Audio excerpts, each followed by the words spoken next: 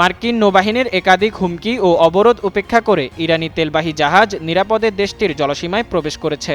দেশটির রাষ্ট্রীয় গণমাধ্যমের বরাতে সংবাদ মাধ্যম IRIB-তে বলা হয়, মার্কিন নৌবাহিনীর একাধিক হুমকির শর্তেও ইরানি নৌবাহিনীর সিলি সিটি নামের ইরানি ট্যাঙ্কারটি গত রাতে নিরাপদে আরব সাগর অতিক্রম করে ইরানের জলসীমায় প্রবেশ করেছে। প্রতিবেদনে আরও বলা হয়, বর্তমানে জাহাজটি ইসলামী প্রজাতন্ত্র ইরানের দক্ষিণাঞ্চলীয় একটি বন্দরে নোঙর করেছে।